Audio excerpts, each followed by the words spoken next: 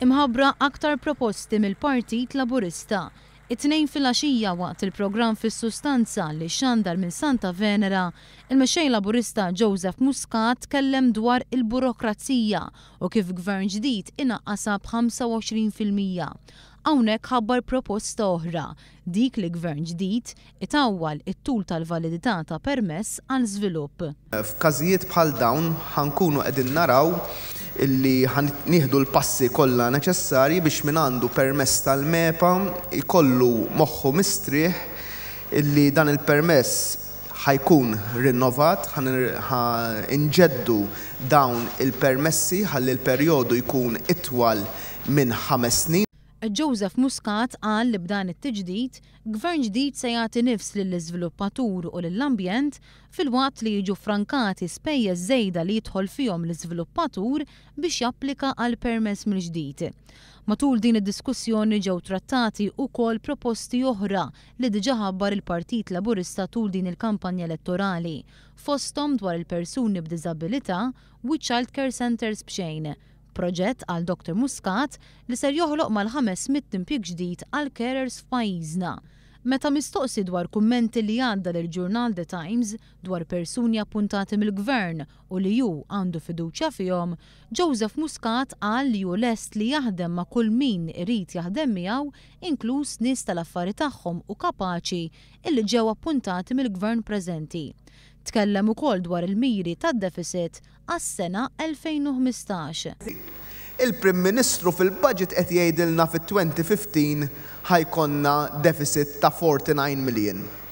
U nhar it-tnejn li għadda fil-kampanja elettorali qalilna fit-2015 ħandaħlu flus daqskemm ħanoħorġu.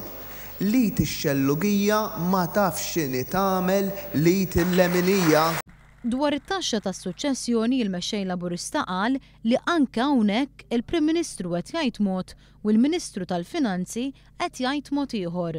Joseph Muscat qal li l-unika differenza hi li s-soltu il-Prim Ministru jinqabad f'gidba wara l-elezzjoni u issa inqabad qabel. Matul l-istess diskussjoni bit-tema Malta tagħna l-koll, il-mexxej Laburista tkellem dwar il-milja ta' żewġ mexxejja li kellu pajjiżna, il-Perit Dommintov u Edifen Ekadami. Dwar il-każ ta' korruzzjoni fix-xiri taż-żejt, il-mexxej Laburista ddeskriva dak ir-rapportat fil-ġurnal Malta Today bħala akkużi ċari ħafna. Qal li l-Prim Ministru għadu ma qalx jekk hu jew nies qrib tiegħu kienu jafu dwar dan il-każ qabel ma ġew ippubblikati id-dokumenti fl-imsemmi ġurnal. Prim Ministru għażel li jibqa' sieket dwar dan kollu. Iktar naħseb illi hemm il-bżonn tal-fatt li l-Prim Ministru jerfa' ir-responsabilità ta' dan kollu. Terfa' r-responsabilità mhux billi tgħid lill-Pulizija biex jinvestigaw. Il-Pulizija raw il-gazzetta kif rajnija kollha kemm aħna. Ma kellhom bżonn l-ebda Prim Ministru nimmaġina jien illi jgħidilhom biex jibdew l-investigazzjoni. Joseph Muscat qal li l-Kummissarju kellu jibda jinvestiga minnu fih u mhux jistenna t-talba tal-Prim Ministru.